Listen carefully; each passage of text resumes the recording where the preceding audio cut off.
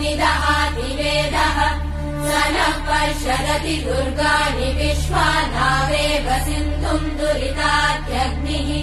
तामग्निवर्णाम् तपसा ज्वलन्तीम् भैरोचनीम् कर्मफलेषु जुष्टाम्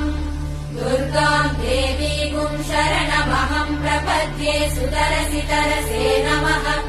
अग्ने त्वम् पारयानव्यो अस्मान् स्वस्तिभिरति दुर्गाणि विश्वा पूष्य पृथ्वी बहुला न उर्वी भवातोकायतनयाय